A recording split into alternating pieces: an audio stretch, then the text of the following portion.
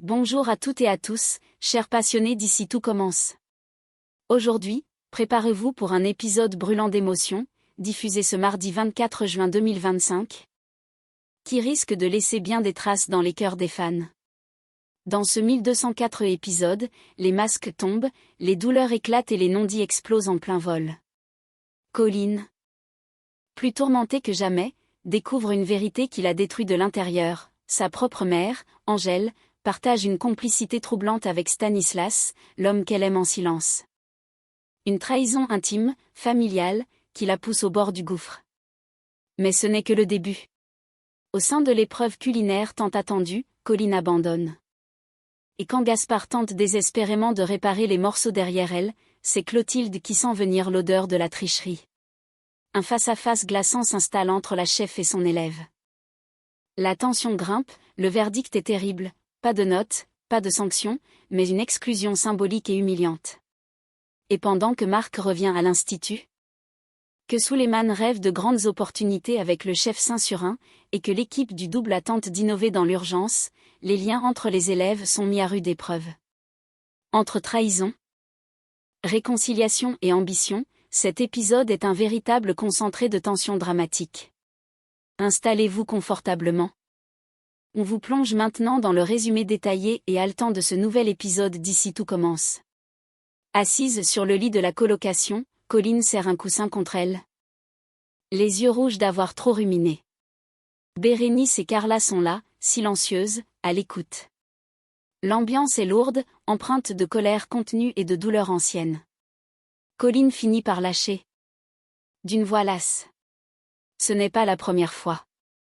Ma mère, elle a déjà craqué pour le même mec que moi. Bérénice échange un regard inquiet avec Carla. Ce schéma. Colin le porte depuis longtemps. Et cette fois encore, la plaie est à vif. Carla tente un mot de soutien, mais Colin secoue la tête, excédé. J'ai même pas envie d'aller aux examens. Bérénice, douce mais ferme, essaie de la ramener à l'essentiel. Tu dois rester concentré, Colin. C'est presque fini, ne laisse pas tout s'écrouler maintenant. Mais Colin soupire. Ça se passe à la ferme. Avec Stanislas. Et Angèle. Tu crois vraiment que je vais y arriver dans ces conditions?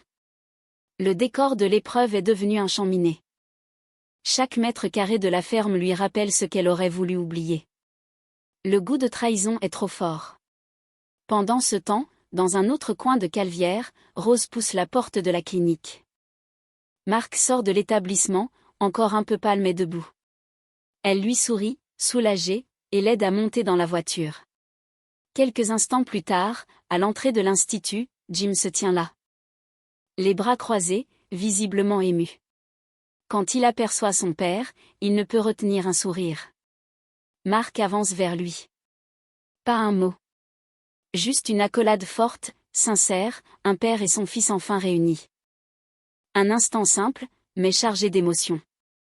Dans cette journée où certains liens se brisent, d'autres, heureusement, se retissent. Au petit matin, Marc quitte le domicile de Rose. Les traits encore tirés par son récent passage à la clinique, mais déterminé. Il a une mission bien précise, se rendre à l'Institut Auguste Armand.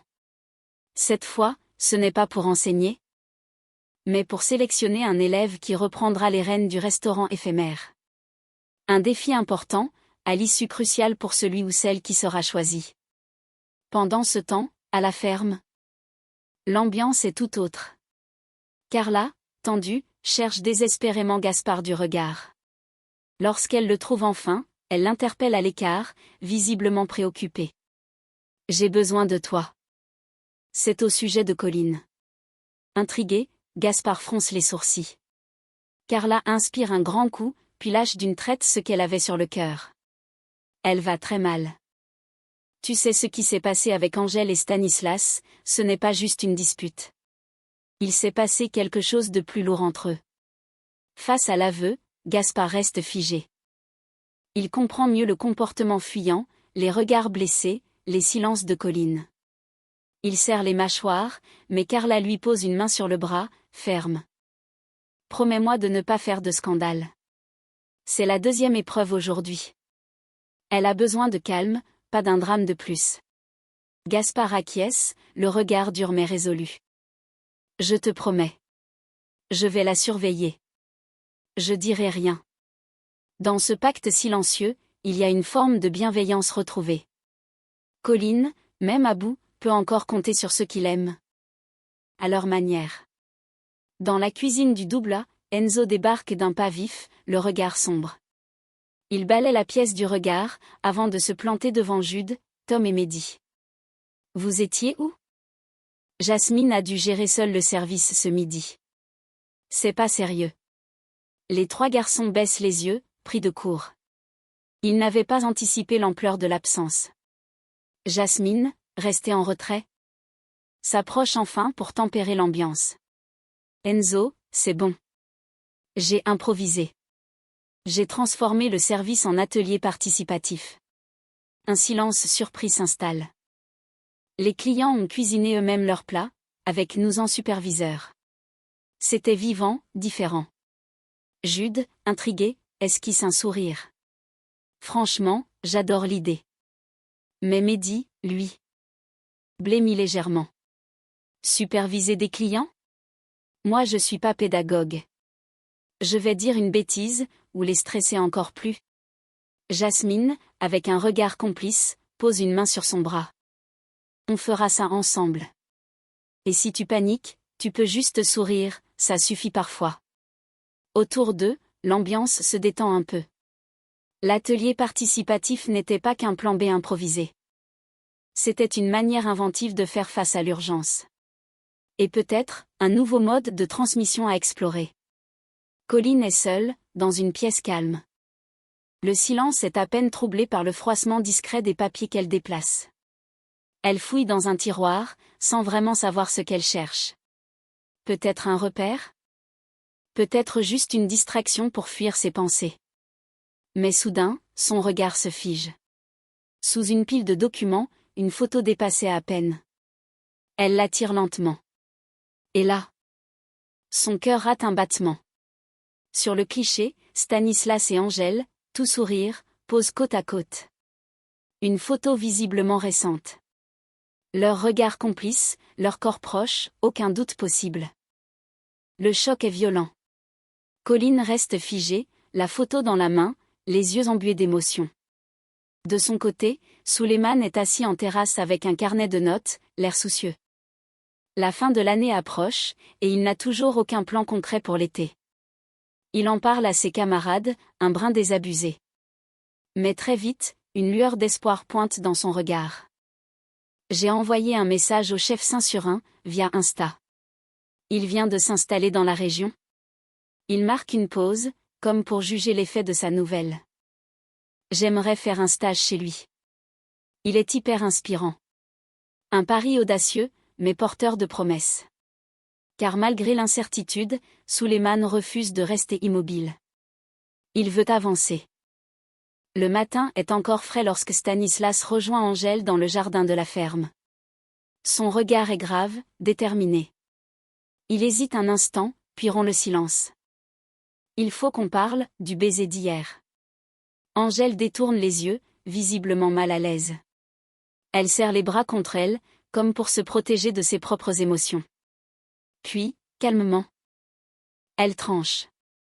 Ce baiser, c'était une erreur. Les mots tombent, lourds, sans appel.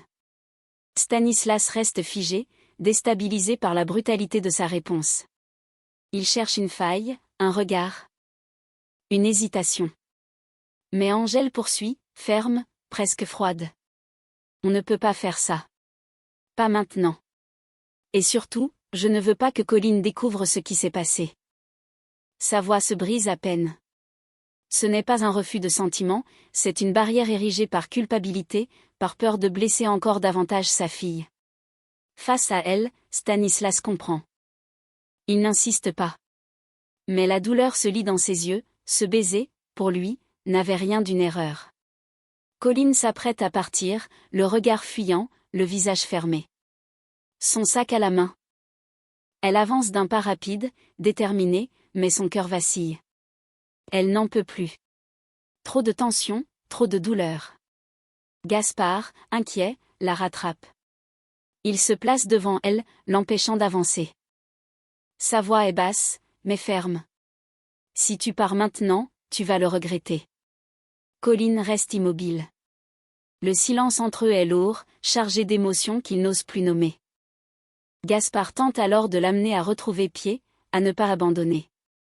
Il sait qu'elle est brillante, qu'elle peut surmonter cette épreuve, même avec le cœur en miettes. Pendant ce temps, Clotilde supervise l'épreuve en extérieur.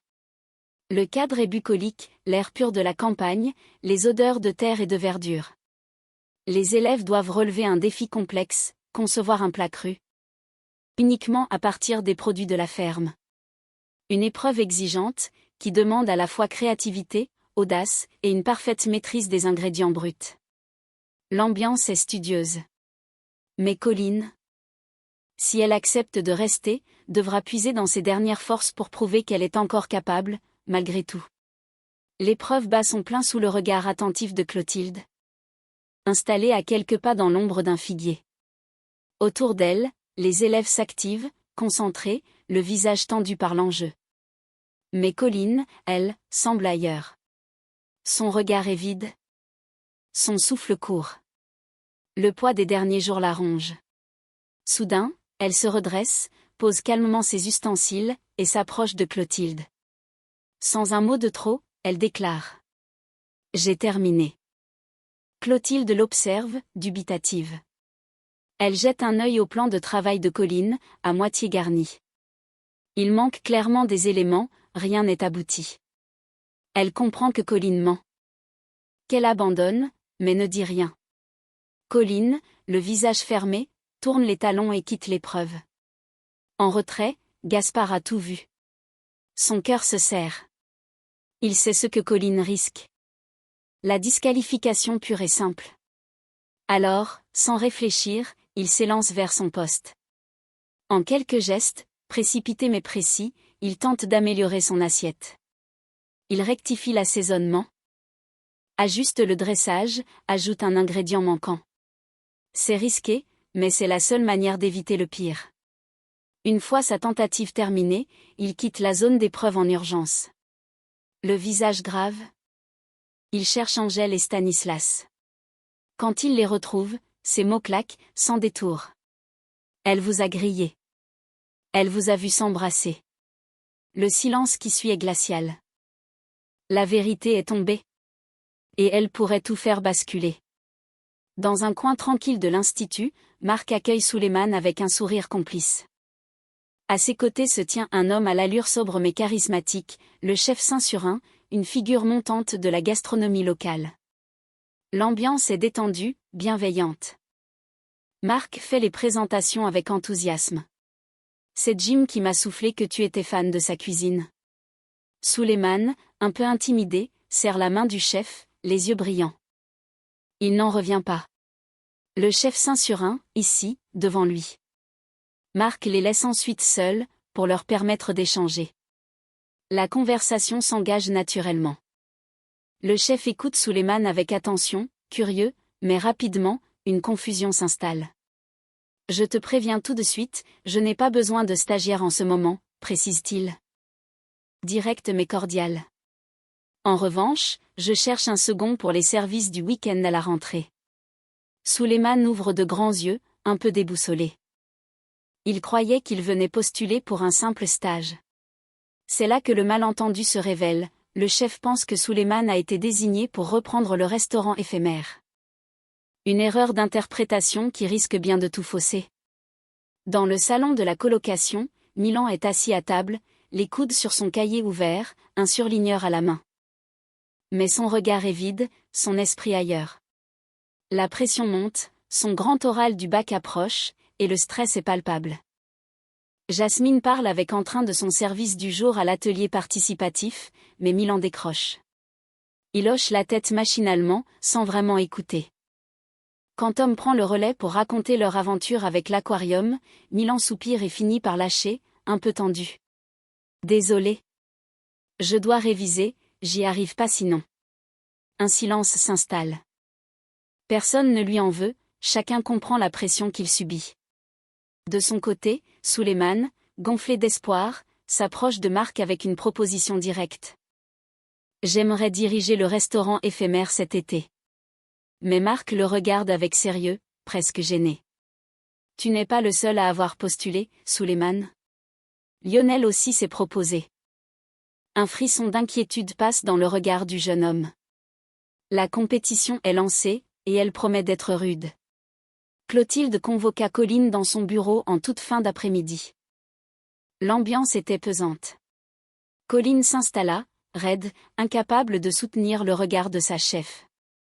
Le silence dura quelques secondes, puis Clotilde ouvrit le dossier posé devant elle. Sans lever les yeux. D'une voix posée mais ferme, elle déclara. « J'ai goûté ton plat. Il était très réussi, trop réussi, même. » Colline releva légèrement la tête, les yeux humides. Elle sentit son cœur s'accélérer. Clotilde poursuivit, en articulant chaque mot comme une lame froide. « Ton assiette était impeccable, Colline. Sauf qu'il y a un problème. Tu es partie de l'épreuve une demi-heure avant la fin. Et le plat que tu as servi ne correspond pas du tout au croquis que tu avais préparé. » Colline balbutia, les mains moites. J'étais inspirée. J'ai changé au dernier moment. Clotilde la coupa net. Non. Tu es partie en affirmant avoir terminé. Et ton croquis parlait d'un ceviche. Ce que tu as servi. C'était une composition au cabillaud mariné. Rien à voir. Colline baissa la tête, incapable de répliquer. Une tension sourde s'installait dans la pièce, comme si l'air lui-même pesait plus lourd. Clotilde croisa les bras et lança, plus sèchement. Tu comprends ce que ça implique? Dans une telle situation, la sanction est claire, 0. Élimination directe. C'est ce que tu mériterais. Colline releva les yeux, affolée. Non. Je vous jure que... Clotilde leva la main pour imposer le silence. Mais voilà. Je n'ai pas de preuves. Pas de témoins. Rien qui permette de confirmer que quelqu'un a terminé ton plat à ta place. Alors, je ne te sanctionnerai pas. Colline crut respirer un instant. Mais Clotilde ajouta froidement. Tu ne seras pas noté non plus. Cette épreuve comptera pour du beurre. Un coup de poignard dans la dignité de l'élève. Ni sanction, ni reconnaissance. Une exclusion symbolique. Clotilde. Plus grave, conclut. Réfléchis bien à ce que tu fais ici, Colline. Si tu continues sur cette pente, tu n'iras pas loin, que ce soit en cuisine ou ailleurs. Colline se leva. Les jambes flageolantes. Elle murmura un faible merci, la gorge nouée, avant de quitter le bureau en silence, le regard embué. Son échec n'était pas noté. Mais il venait de s'inscrire au fer rouge dans sa conscience. Clotilde se leva brusquement de sa chaise. Son regard, habituellement maîtrisé, lançait cette fois des éclairs. Elle s'approcha du bureau, planta ses yeux dans ceux de Colline, d'une voix tranchante, laissa exploser sa colère. J'ai horreur qu'on me prenne pour une imbécile. Le silence dans la pièce devint glacial. Colline, pétrifiée, n'osa pas bouger. Elle sentait la tempête venir, impossible à éviter. Clotilde insista, la voix plus basse, mais chargée de menaces. Tu veux jouer à ce petit jeu, très bien. Mais si tu as triché, dis-le maintenant. Sinon, je te garantis que ça va sérieusement se compliquer pour toi. Colline déglutit avec difficulté. Elle aurait voulu disparaître. Sa gorge était nouée, ses mains tremblaient. Mais elle resta figée, incapable de prononcer le moindre mot. Le regard de Clotilde, chargé de déception, devint plus dur encore. Elle recula lentement, avant de conclure, glaciale. Tu peux disposer. Colline sortit, le cœur au bord de l'explosion. Elle venait d'échapper à une sanction formelle? Mais elle sentait que la vraie épreuve ne faisait que commencer. Et voilà, chers amis, la fin d'un épisode aussi poignant que renversant. Entre le cœur brisé de Colline, la colère sourde de Clotilde, la maladresse de Stanislas, le courage de Gaspard et l'ambition de Souleymane, les lignes bougent dangereusement à l'Institut Auguste Armand. Rien n'est plus comme avant. Et demain? Que va-t-il se passer? Colline va-t-elle assumer cette claque symbolique et rebondir? Souleymane décrochera-t-il le poste tant convoité face à Lionel? Et la vérité sur le baiser explosif d'Angèle et Stanislas va-t-elle éclater au grand jour? Dites-moi tout en commentaire, quelle scène vous a le plus marqué? Quel personnage vous a touché? Choqué ou inspiré? N'oubliez pas de liker la vidéo, de vous abonner et d'activer la cloche pour ne rien manquer de ce qui vous attend dans les prochains épisodes. Merci pour votre fidélité. Et à très vite pour la suite de votre feuilleton préféré. À demain pour un nouveau résumé explosif d'ici tout commence.